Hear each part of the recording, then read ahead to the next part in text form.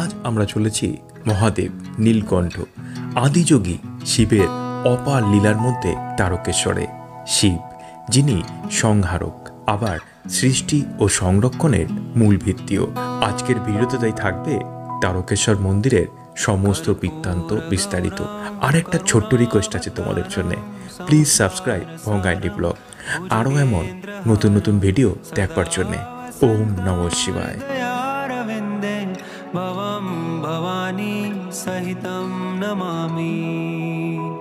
High friends, welcome to my new vlog. কেমন আছো সবাই? আশা করি তোমরা সবাই ভালো আছো, সুস্থ আছো। আজকের ভিডিওতে আমি তোমাদের নিয়ে যাব তারকেশ্বর। আর আজকের ভিডিওতে তোমরা জানতে পারবে তারকেশ্বরের এখন বর্তমানে নতুন নিয়ম। এখানে কিন্তু অনেক নিয়ম বদলে গেছে, আগের মতো কিন্তু প্রতিদিন মন্দির খোলা থাকে না। তো চলো আজ জেনে নেওয়া যাক এই তারকেশ্বর মন্দিরের ব্যাপারে সমস্ত কিছু। আর তোমরা যারা আমার চ্যানেল তাদের বলি আমি সৌমদীপ, তোমরা দেখছো ভঙ্গাইন্ডি vlog channel. So keep watching my channel and subscribe. আজ আবার অনেকদিন পর পরিবারের সাথে বেরোচ্ছি একটা ভ্রমণ উদ্দেশ্যে। আজ অনেক দিন পর সপরিবারে বেরিয়ে পড়েছি মহাদেবের দর্শনে। প্রায় 1 বছর আগে গেছিলাম সপরিবারে পুরী। মিষ্টু ছোট থাকায় ট্রেন না গিয়ে আমরা গাড়ি করে নিয়েছি আজ। কলকাতা থেকে তারকেশ্বরের দূরত্ব 70 কিলোমিটার। আমার বাড়ি থেকে সময় লাগে গাড়িতে 2 ঘন্টা। হাওড়া থেকে ট্রেনে তারকেশ্বর স্টেশন সময় লাগে 1.5 ঘন্টা।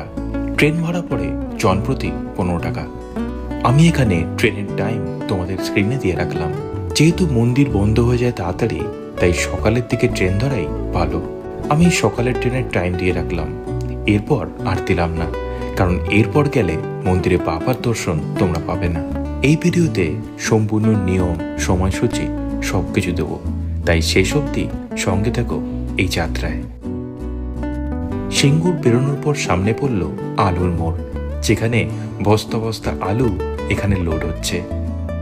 এখানেই আলু চাষ হয় এবং এখান থেকেই আলু সারা কলকাতায় এবং সারা বাংলায় ছড়িয়ে পড়ে।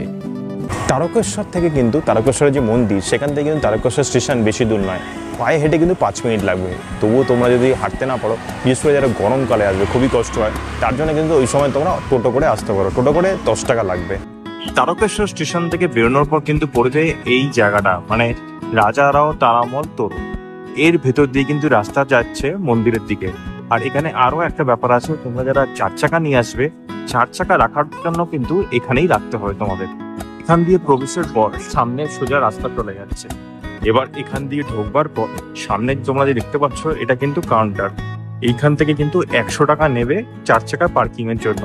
তো সেটা দিয়ে বুকিং করে তোমরা যতক্ষণ খুশি গাড়ি এখানে রাখতে পারো। এই রাজবাড়ি বহু পুরনো। 1729 সালে মহাদেবের একজন পরম ভক্ত রাজা ভরমল্ল তারকেশ্বর এই মন্দির নির্মাণ করেন। রাজা ভরমল্ল একটি ঐশ্বরিক স্বপ্ন দেখেছিলেন, যেখানে ভগবান শিব তাকে বনের মধ্যে একটি লুকোনো শিবলিঙ্গের কথা বলেছিলেন। রাজার স্বপ্নটি অনুসরণ করে শিবলিঙ্গটি খুঁজে পান এবং লোকেদের পুজো করার জন্য সেই স্থানে একটি মন্দির নির্মাণের সিদ্ধান্ত নেন। মন্দিরটি বাঙালি স্থাপত্যের এক উৎকৃষ্ট উদাহরণ, যার 8 চাল অর্থাৎ 8 ছাদযুক্ত শৈলী রয়েছে। তাই এই মন্দির কিন্তু বহু প্রাচীন। এর বয়স প্রায় 300 বছর। এই জায়গায় কিন্তু 4 চাকা রাখা হয়। পুরো প্লেসটা কিন্তু তোমরা দেখতে পাচ্ছ, পুরোটাই কিন্তু 4 চাকা রাখার জন্য। আর এখানে কিন্তু 100 টাকা করে পার্কিং নেওয়া হয়। তো এটা কিন্তু মন্দিরের সামনে একটা রাজবাড়ি মতো আছে, এখানে কিন্তু 4 চাকা সব রয়েছে। এটা বিশাল একটা জায়গা। এখানে কিন্তু আনলিমিটেড সময় পর্যন্ত রাখা যায় এবং 100 টাকা করে কিন্তু পড়ে ফেয়ার। তোমরা যারা বাইক পার্কিং করবে, কিন্তু এইখানে বাইক পার্কিং করা যায়। এখানে কিন্তু 10 টাকা করে বাইক পার্কিং নেওয়া হয়। তো এখানে কিন্তু অনেক সময় ধরে তোমরা বাইক রাখতে পারবে, মানে বিশেষত যারা বাইক নিয়ে আসো এখানে। এবং এখানে দেখো লেখাও আছে 10 টাকা করে কিন্তু বাইক রাখার ভাড়া। আমরা এখন যাচ্ছি কিন্তু মন্দিরের দিকে। তো মন্দির কিন্তু বন্ধ হয়ে গেছে 1টার সময়। তো আমরা এখন মন্দিরের আশপাশ যাবো। এটা হচ্ছে মন্দিরের প্রবেশ পথ। তো এখান দিয়ে যেতে হবে। মহাপ্রভু হোটেল পড়ছে, এর সামনে দিয়ে কিন্তু রাস্তা চলে যাচ্ছে মন্দিরের দিকে। মন্দিরের প্রবেশের মুখে বেশ কিছু দোকান আছে, তবে রাস্তা সারানোর কাজ হওয়ায় অনেক দোকান সামনের দিকে আজ বন্ধ। এই সমস্ত দোকানে অনেক সুন্দর ভগবানের জিনিস তোমরা পেয়ে যাবে। মন্দিরের সামনে কিন্তু এমন প্রচুর কিন্তু রয়েছে দোকান। যেখানে কিন্তু মানুষ অনেক কিছু বিক্রি করছে, ভগবানের জিনিসপত্র, মহাদেবের বিভিন্ন শিবলিঙ্গ যেগুলো আছে ছবি, সেগুলো সবই কিন্তু রয়েছে এখানে। তো তোমরা চাইলে এখান থেকে কিন্তু জিনিসপত্র নিতে পারো। অনেক জিনিসপত্র কিন্তু এখানে রয়েছে। মন্দিরের দুধ পুকুর, এর সামনেই কিন্তু পুজো হয়। আমি আরও সামনে যাব, আরও সামনে গিয়ে তোমাদেরকে ভিডিও করে দেখাবো। এই পুকুরে স্নান করেই কিন্তু সবাই পুজো দিতে যায়। মন্দিরে প্রবেশের আগে কিন্তু সম্পূর্ণ এরকম প্রচুর দোকান রয়েছে, দোকানপাট প্রচুর। আমি এই সময় রয়েছি প্রচুর ফাঁকা, এই সময়তে ভিডিও করতে একটু সুবিধা হচ্ছে, কারণ অনেকটা ফাঁকা আছে। মন্দির কিন্তু বন্ধ হয়ে যায় 1:30টার সময়। এরপর কিন্তু আজকের মতো মন্দির বন্ধ। এরপর কিন্তু মন্দির আর খোলে না। মন্দির আবার খুলবে পরবর্তীকাল 6:30টার সময়।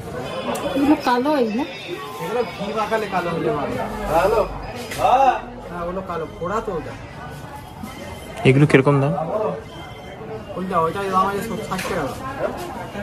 মন্দির যখন খোলা থাকে তখন এই সমস্ত দোকানের সামনে দাঁড়িয়ে থাকা দায়। এত ভিড় থাকে তখন ধারণার বাইরে। পুজো দেওয়ার আগে সকলে এই দুধ পুকুরে স্নান করে, তারপর পুজো দিতে যায়। আবার যারা মানত করে দণ্ডি কাটে, তারাও এখান থেকে স্নান সেরে দণ্ডি কাটে। এখানে আরেকটা বিষয় তোমাদের বলার আছে, মন্দিরের ভেতরে কিন্তু পুরুষদের খালি গায়ে প্রবেশ করতে হবে, স্যান্ডো গেঞ্জি অবধিও পরা যায় না। সঙ্গে লেদার বেল্ট পরিধান করে থাকলে তাও কিন্তু প্রবেশ নিষিদ্ধ। মোবাইল সঙ্গে নিয়ে যাওয়া যায় শুধুমাত্র, তবে ভিতরে ক্যামেরা বা মোবাইল বার করার অনুমতি নেই।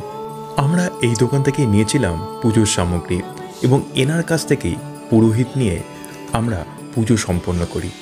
51 টাকা থেকেই পুজো দেওয়া যায় এখানে।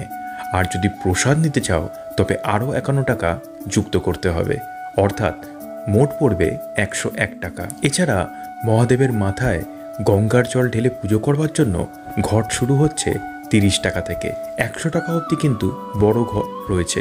সঙ্গে এই ফুল মালা সবই কিন্তু একই সাথে দাম ধরা হয়। ফোন নাম্বারটা বলো একবার। 983 হ্যাঁ 22 88 আচ্ছা 55 লাস্টে 1। ঠিক।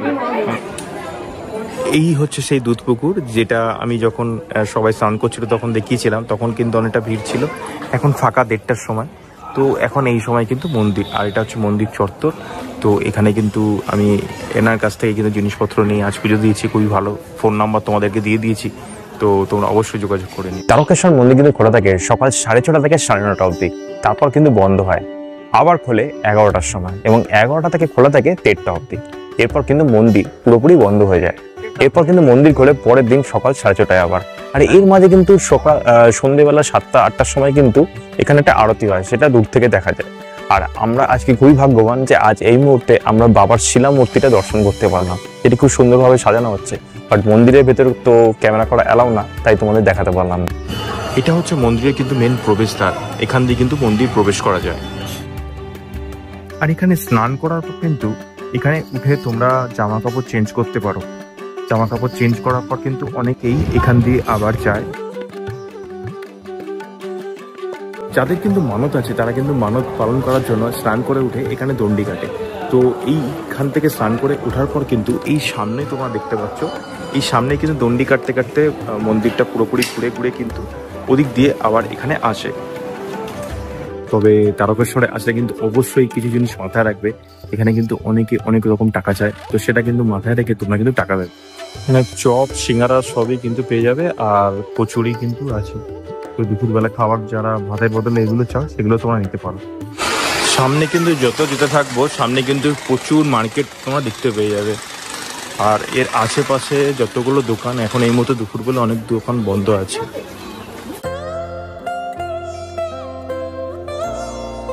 কিন্তু আবার এখানে পুজো দিতে এসেও কিন্তু অনেক সময় একটু রেস্টের জন্য, জামা কাপড় চেঞ্জ করার জন্য, কিছু করার জন্য কিন্তু এখানে কিন্তু নেয় রুম। তো তোমরা যদি এখানে রুম নয়, এখানে পরপর কিন্তু প্রচুর রুমের ব্যবস্থা রয়েছে, আশেপাশে অনেক রুম আছে। তো তোমাদের সেই রুমের ব্যবস্থাটা তোমাদের দেখিয়ে দিচ্ছি। পুরো মন্দির থেকে বেরিয়ে বাম পাশে গেলেই কিন্তু সোজা এতগুলো জায়গা কিন্তু পড়ে যাবে। আর খাবার হোটেল কিন্তু এখানে রয়েছে, তো খাবার জন্য তোমরা যদি এখানে কিছু খেতে চাও সেটাও পেয়ে যাবে। শীতকাল বা সিজনে এখানে কিন্তু ভাড়া 1100 টাকা অবধি চায়। নর্মাল সময় 300 থেকে 500 টাকায় তোমরা রুম পেয়ে যাবে। কিছু সময়ের জন্য রুম নিলেও ওই 300 টাকা মতো পড়বে এখানের ভাড়া। কিছু হোটেলের নাম ও ফোন নাম্বার ডেসক্রিপশন বক্সের মধ্যে তোমাদের দিয়ে রাখলাম। তবে ওখানে গিয়ে বুক করাটাই ভালো, কারণ নিজের চোখে দেখে তোমরা রুম কন্ডিশন দেখে রুম বুক করতে পারবে। তো এখানে কিন্তু অনেক জায়গা দেখলাম যেখানে কিন্তু খাওয়ার হোটেল পেয়ে যাবে, আর খাওয়া দাওয়ার জন্য কিন্তু মোটামুটি এখানে 50 টাকা করে কিন্তু খাবার পড়ে প্লেট। বাট এখানে একটা ব্যাপার আছে, 50 টাকায় কিন্তু এখানে জাস্ট পাওয়া যায় ডাল ভাত আর একটা সবজি। তো যদি তোমরা আলাদা করে কিছু নিতে চাও তাহলে কিন্তু আলাদা করে তরকারি এক্সট্রা চার্জ পড়ে যায়।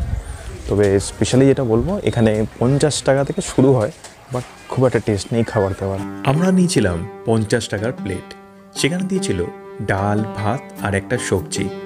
আলাদা করে নিয়েছিলাম শুক্তো 2 প্লেট, যার দাম পড়েছিল মোট 100 টাকা, মানে পার প্লেট 50 টাকা করে পড়েছিল। এছাড়া ছিল ধোকার ডালনা, সেটিও 70 টাকা দাম ছিল। তোমরা যদি আলাদা করে সবজি নাও এরকম এক্সট্রা কিন্তু পড়ে যাবে, মানে আমাদের 4 জনের টোটাল পড়েছিল 300 টাকা।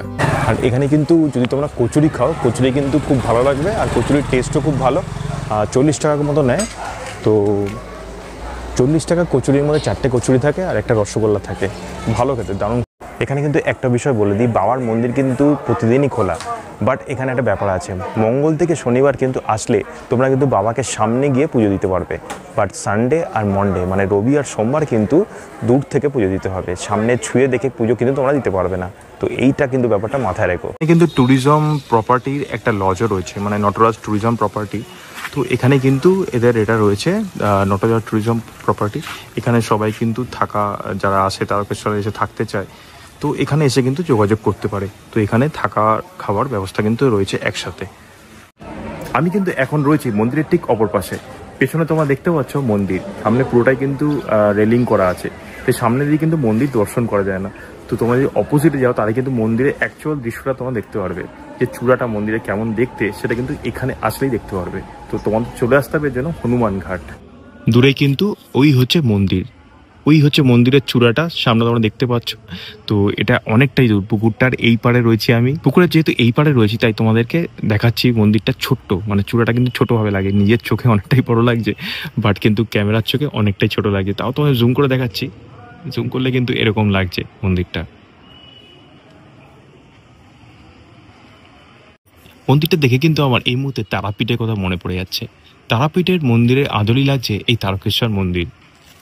সবশেষে বলি, শিব কোনো অলৌকিক দেবতা নন, তিনি অত্যন্ত সহজ, অতি প্রিয় ভক্তদের ভোলানাথ, পার্বতী দেবী, গণেশ এবং কার্তিক। এদের সঙ্গেই তার পরিবার আমাদের শেখায় ভালোবাসা, ত্যাগ, সম্মান ও ঐক্যের মর্ম। কারণ মহাদেব আমাদের শেখান অহংকার নয়, বিনম্রতা, কামনা নয়, সংযম, অশান্তি নয়, গভীর ধ্যানের শক্তি। মহাদেবের নাম নিলেই মন শান্ত হয়, ভয় দূর হয়, আর জীবনে আসে এক দৃঢ়তা।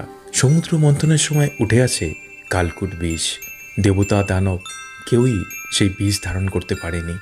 তখন এগিয়ে এসেছিলেন স্বয়ং মহাদেব। তিনি বিষ কণ্ঠে ধারণ করেন, সেই কারণে তিনি নীলকণ্ঠ। বিশ্বকে রক্ষা করার জন্য নিজের শরীরকে ত্যাগ করাই তার আসল ধর্ম। তাই বলবো, মহাদেব শুধু দেবতা নন, তিনি শক্তি, ধ্যান এবং মুক্তি। জীবনে যতই কষ্ট আসুক, মনে রাখবে যে শিবের ভরণ পোষণে থাকে তাকে কখনোই ভয় স্পর্শ করে না। ওম নমঃ শিবায়। তো আশা করি ভিডিওটা তোমাদের সকলের খুবই ভালো লেগেছে। তো ভিডিওটা যদি ভালো লেগে থাকে তাহলে কিন্তু অবশ্যই একটা লাইক করো, শেয়ার করো এবং চ্যানেলটা কিন্তু সাবস্ক্রাইব করতে ভুলো না। আর সাবস্ক্রাইব করার পর কিন্তু অবশ্যই বেল আইকনটা প্রেস করো, যাতে আমার ভিডিওর প্রতিটি নোটিফিকেশান তোমাদের কাছে সবার আগে পৌঁছে যায়। তো দেখা হয়ে যাবে নতুন কোনো ভিডিওতে, নতুন কোনো জায়গায়, নতুন কোনো তথ্য নিয়ে আবার চলে আসবো। ততদিন তোমরা ভালো থাকো, সুস্থ থাকো, চলো বাই।